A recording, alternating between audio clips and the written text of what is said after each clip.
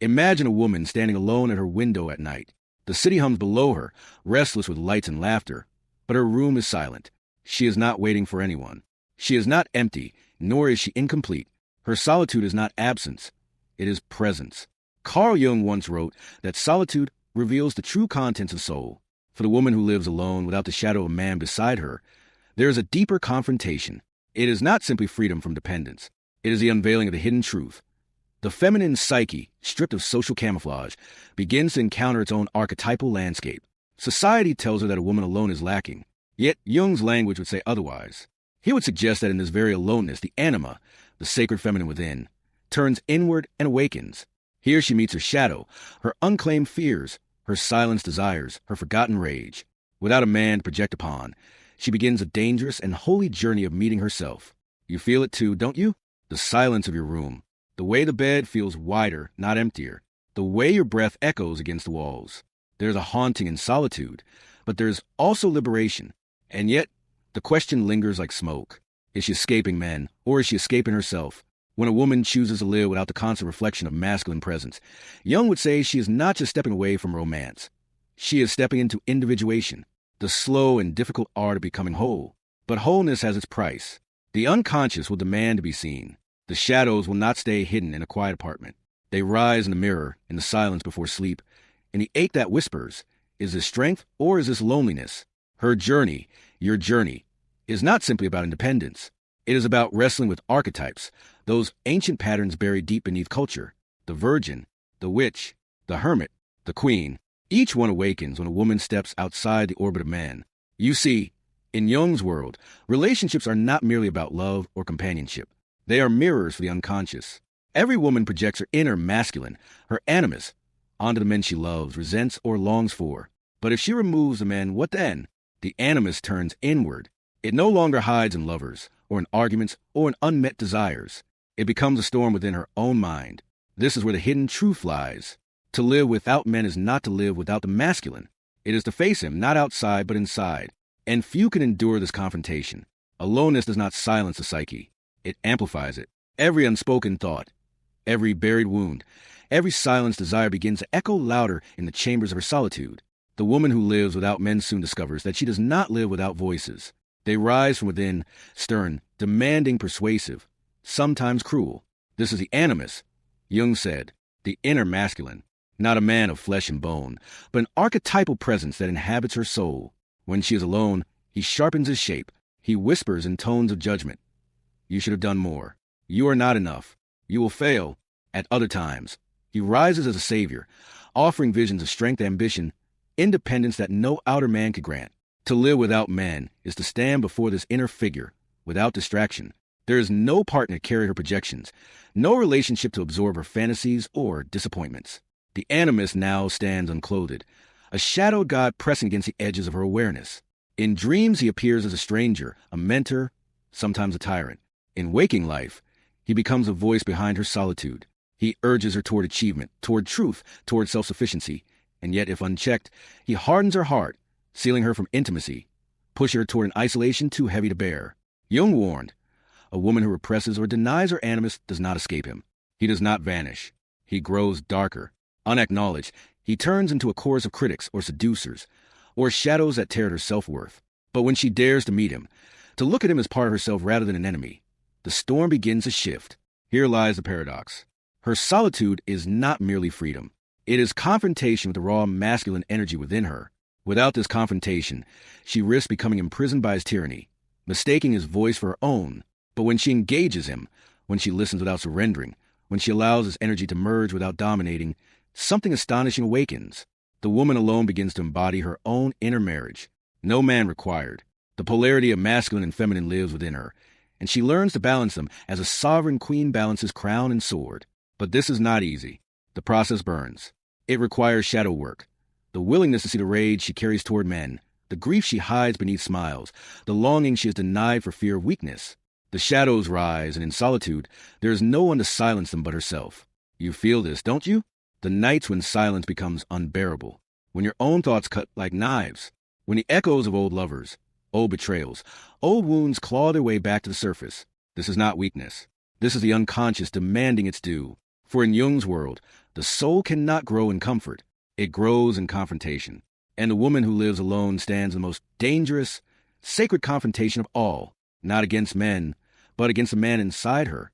In solitude, the masks of the everyday woman begin to fall. The roles she once performed, the lover, the partner, the caretaker, dissolve into silence. Without these identities to shield her, she descends into the deeper chambers of her psyche, where ancient archetypes wait in the shadows. First comes the virgin, not the symbol of untouched innocence, but of self-contained sovereignty. The virgin represents a woman who belongs to no man, no tribe, no contract. She belongs to herself. Alone, she feels her presence as unshakable. She no longer measures her worth by how she is seen, touched, or desired. She breathes in the dangerous freedom of existing without permission. But the virgin is not the only one who rises. From deeper in the unconscious emerges the witch. She is the keeper of secrets, the alchemist who stirs chaos into transformation. Alone, a woman feels her witch stirring, in the way she challenges tradition, in the way her silence unnerves others, in the way she dares to know herself without apology. The witch archetype does not beg for love. She conjures power from wounds, weaving spells of self-sufficiency and insight. And yet, she is feared by society, by men, sometimes even by the woman herself. Then comes the hermitess. She lives in quiet caves of the psyche, where solitude is not punishment but initiation. In her, the woman discovers a capacity to endure silence, to bear loneliness, and to find wisdom in it. She learns to listen to her own heartbeat, as if it were scripture. The hermitess whispers, "Stay still, daughter. Do not run from your aloneness. Let it ripen you." And finally, the queen emerges. Not a queen crowned by others, but one who crowns herself. Her solitude sharpens her boundaries. Her heart may ache, but it no longer bows to unworthy hands. The queen archetype transforms solitude into sovereignty. She does not wait for rescue. She builds her own empire from the ashes of silence. Yet these archetypes do not come gently. They demand surrender. Each one requires that the woman relinquish an old identity. The virgin demands she release dependency. The witch demands she face her rage. The hermitess demands she embrace the void. The queen demands she rise from it all with dignity unbroken. This is a descent Jung spoke of, the path through archetypal confrontation, where the unconscious does not ask politely but insists. For solitude is not emptiness. It is initiation. The woman alone is not abandoned. She is being initiated into the temple of herself. And you, yes, you listening, feel the flicker of these archetypes within you already. Perhaps the virgin whispers when you refuse to settle. Perhaps the witch stirs when you feel a fire rise in your belly. Perhaps the hermitess appears when you withdraw, when you long for silence more than company. Perhaps the queen stands tall when you finally say no to what no longer deserves you. These are not fantasies. They are the blueprint of your psyche. And solitude is their summoning ground. Solitude sharpens desire. It does not extinguish it. In the absence of men, the woman discovers that her hunger for intimacy has not died. It has become more dangerous, more refined, more haunting. Love is no longer a game of chance or attraction. It becomes a mirror into her deepest shadows. For when no man is present to distract her, she sees the truth of what she has carried. The old betrayals she has not forgiven. The longing she has silenced out of pride. The ache that pulses in her body, not only for touch, but for recognition. This is the shadow of love. It rises when an external partner disappears. Jung taught that what we do not face within ourselves, we will seek in others. The woman who lives alone without men cannot play this game of projection as easily. There is no partner to cast her wounds upon, no lover to carry the blame, no romance to shield her from herself. Her solitude forces a confrontation. Am I truly avoiding intimacy, or am I preparing for love that can meet me at my depth? This is the razor's edge of her aloneness. For some, solitude becomes armor. She convinces herself she does not need intimacy, that she is above desire, that her sovereignty is enough. Yet this is a subtle deception of the animus, the inner masculine whispering. Strength means denial, but in truth, denial is not strength. It is fear wearing a mask of independence. For others, solitude becomes a sacred preparation. She does not deny her longing. She does not apologize for her need for intimacy. Instead, she allows her solitude to purify it. She examines the roots of her desire. Is it born of desperation, of the need to be saved, of the terror of emptiness? Or is it born of fullness, the desire to share, not consume? The woman who lives alone is given this sacred test, to look at her desire not as weakness, but as a compass, to understand that intimacy begins not with a partner, but with the union of her own psyche. The feminine and masculine within her must first make peace before love outside can enter without chaos. This is why so many women discover, in solitude, a strange alchemy. Her relationships after solitude are not the same. She cannot settle for shallow promises. She cannot be seduced by empty flattery. She cannot mistake possession for love. Her solitude has refined her hunger. She seeks not distraction but resonance, not escape but recognition, not survival but union. And you listen. You feel this in your body already. The longing that stirs is not shameful. It is not evidence of failure. It is a pulse of life reminding you that intimacy is sacred, that your body and soul were made to connect. But solitude asks, will you reach for intimacy from your wound or from your wholeness? Here lies the shadow and the initiation. For desire is not your enemy. It is your teacher. It reveals where you are still bound and where you are ready to rise.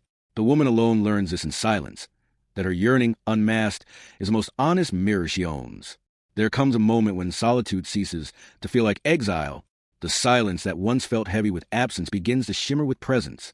The walls of her room, once oppressive, become the walls of a temple. The emptiness she feared transforms into the very ground where she finds herself whole. This is a turning point, the place Jung called individuation. It is not the abandonment of desire, nor the denial of intimacy, but the realization that no external relationship can replace the inner union of her psyche. For within her lives the Anima, the luminous feminine, and the Animus, the commanding masculine. Alone, she becomes both the vessel and the stage where they meet. In dreams, she may see it. The masculine and feminine figures circling one another, no longer enemies, no longer estranged. The woman who lives without men discovers that she was never truly without them, for the masculine has always lived within her, waiting to be reconciled. And when she dares engage this inner marriage, a transformation begins that no outer romance could offer. Her solitude becomes her crucible. The rage she once hurled at men is transmuted into boundaries sharp as blades. The longing she once sought to fill through others becomes the wellspring of her creativity. The wounds she carried like chains become the sacred scars of initiation, each one whispering, "You survived, and more, you've been remade." Here the Stoics converge with Jung. For the Stoics taught that freedom is not given by the world, but forged in the self. And Jung taught that individuation is not achieved through comfort, but through confrontation with the deepest layers of the unconscious. The woman alone lives at the intersection of these truths. Her solitude is no longer punishment.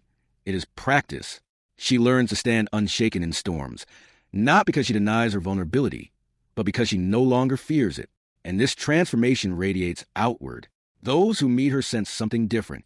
Her gaze is steady. Her presence unsettles and inspires in equal measure, for she carries within her the paradox of the sovereign feminine, soft yet unbreakable, open yet boundaried, receptive yet complete without anyone's validation. You who listen, you feel the possibilities stirring within you, to be alone and not broken, to be unpartnered and not unfinished, to stand in your room, in your silence, and know that you are already whole. This is not fantasy. It is a hidden truth Jung hinted at. The feminine, when reconciled with her inner masculine, becomes luminous in solitude. But this transformation is not the end. It is only the doorway to a greater mystery. How she then re-enters the world, how she loves, how she creates, how she moves among men not as one who needs them, but as one who chooses from sovereignty. The woman who has endured solitude does not emerge unchanged. When she re-enters a world of men, of society, of love, she carries with her an invisible crown. It is not made of gold or jewels, but silence endured, shadows faced, wounds transfigured. Those who meet her sense it immediately. There is something untouchable about her presence. She does not rush to fill silences. She does not bend to win approval. She does not chase the fleeting intoxications of validation. Her solitude has burned away the hunger for crumbs, leaving her only with the hunger for truth. In love, she no longer bargains. She no longer mistakes attention for affection or passion for devotion. She has met the Animus within the stern, critical, commanding masculine, and made peace with him. Now, when a man appears before her, she does not project her inner wounds onto him so easily. She sees more clearly. She chooses more carefully. And she refuses to bow to a love that is not equal to her depth. This is not arrogance. It is discernment. It is the fruit of solitude. For Jung knew that true relationship is possible only between two individuated souls. And the woman who has faced her solitude has already begun this process. She no longer seeks salvation in another, but resonance. To men, such a woman may seem both alluring and intimidating. She is soft, but her softness cannot be exploited. She is open, but her openness is not desperation. She loves, but her love is not the surrender of herself. It is a sharing of her wholeness. This is why Jung spoke of the sacred union of masculine and feminine, not as dependency, but as individuation made visible in relationship. Yet her re-entry into the world is not only about man. It is about society itself. The woman who has lived alone, without men, sees the structures more clearly. She sees where women are conditioned to serve, to bend, to silence themselves. And she no longer consents to the chains. Her solitude has unbound her, and now her presence becomes subversive, dangerous, liberating. She may not shout, she may not march, but her very existence, sovereign, unpartnered, complete, becomes an act of quiet rebellion. She embodies what Jung called the integrated feminine, a force society cannot easily digest because it does not play by the old rules of dependency. And you, listening, must feel this truth stir in you. Perhaps you fear the world will reject you if you stand in such sovereignty. Perhaps you fear love will elude you if you refuse to compromise. But understand this. Love that requires you to betray yourself is not love. It is bondage. And society that demands your silence is not order. It is oppression. Your solitude, if embraced, becomes your teacher. It teaches you not only how to be whole without a man, but how to choose differently when you meet one. It teaches you not only how to endure silence, but how to carry your voice into a world that thrives on your silence. This is a hidden truth. The woman who has lived alone without men does not return weaker. She returns radiant, sovereign, transformed, and the world must bend to her, not the other way around. One woman living alone without men is not merely one story. She is an archetype unfolding. She carries within her the pattern of countless women across history. Women cast as witches, virgins, mystics, widows, rebels, each punished or sanctified for daring to stand without male guardianship. Jung taught that archetypes live beneath our personal lives like rivers beneath the earth. When one woman embodies an archetype, she stirs the waters for all. And so, the woman who chooses solitude today, who learns to live without the constant gaze of men, awakens something far greater than her personal freedom. She awakens a collective shadow. Society trembles before her, not because she wields a sword, but because she refuses to kneel. A woman who is not bound by the need for approval, protection, or possession destabilizes centuries of conditioning. She embodies a truth patriarchy has always feared, that women are not incomplete without men, that the feminine can exist in its fullness without being defined by the masculine. This is why cultures have, for centuries, sought to control solitary women. The virgin was cloistered, the widow was pitted, the witch was burned, the nun was sanctified but stripped of her worldly influence.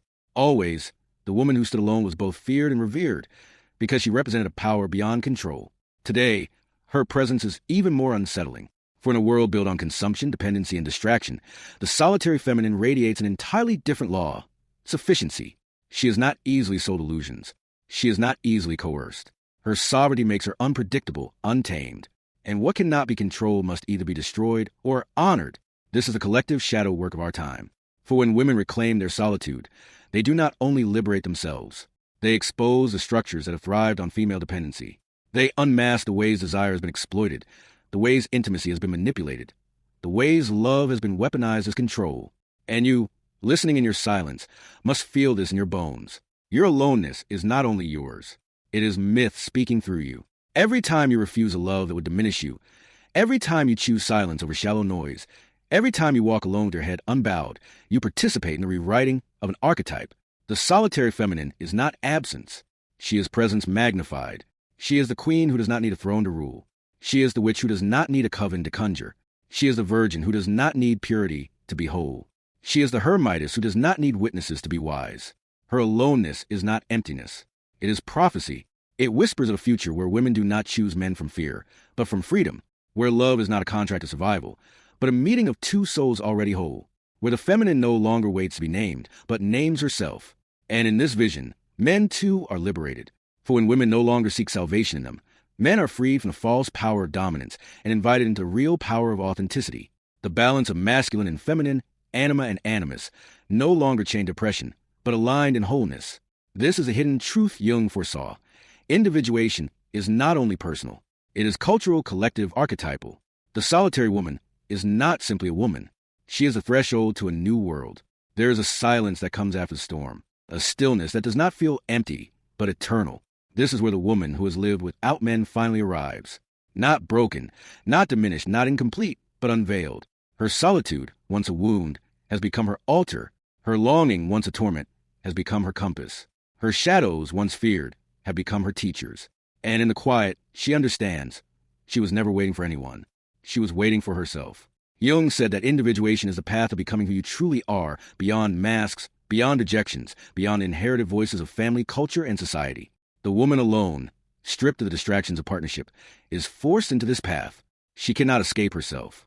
And in the fire of that confrontation, she finds her gold. Love, when it comes, will no longer be escape. It will no longer be a bargain. It will no longer be survival. It will be resonance, a meeting of sovereigns. And if it does not come, she is not undone, for she has already tasted the fullness of her own soul. This is a hidden truth. Women who live alone without men are not barren, not unfinished, not tragic. They are initiates. They walk a path most fear, and in doing so, they embody what Jung saw as the highest calling of the soul, wholeness. Not half seeking half, not emptiness seeking fulfillment, but fullness meeting fullness. And so, she walks the world differently now. Her footsteps do not echo with need, but with presence. Her eyes do not beg, they reveal. Her body does not cling, it chooses. She is not without man. She is beyond them. And when one stand before her, he will know. He is not meeting dependency. He is meeting the eternal feminine, individuated, sovereign, whole. And you, listening in your own solitude, feel this truth reaching into your bones. Your aloneness is not punishment. It is preparation. It is not emptiness. It is initiation. The silence you fear is the very soil of your becoming. The shadows you resist are the very guardians of your light. The longing you carry is not weakness. It is proof that your soul still seeks the fullness it was born for. Step into it. Do not run. Do not numb. Do not beg for distraction. Let your solitude initiate you. Let it burn you. Let it break you open. And when you rise, you will not be the same. You will be sovereign. You will be whole. You will be the hidden truth incarnate. The world will not always understand you. It may fear you, envy you, dismiss you. But beneath it all, it will feel what you'll become. A woman who has faced her aloneness and discovered eternity within it. And that Jung knew is the rarest, most powerful transformation of all. If this truth spoke to something deep inside you, don't let it end here. Share your voice in the comments, your story, your solitude, your becoming. Subscribe if you're ready for more journeys into the hidden psychology of the soul. And if this message found you at the right moment, let it find someone else too. Share it. The world needs more awakened souls. The path is long, but we walk it together.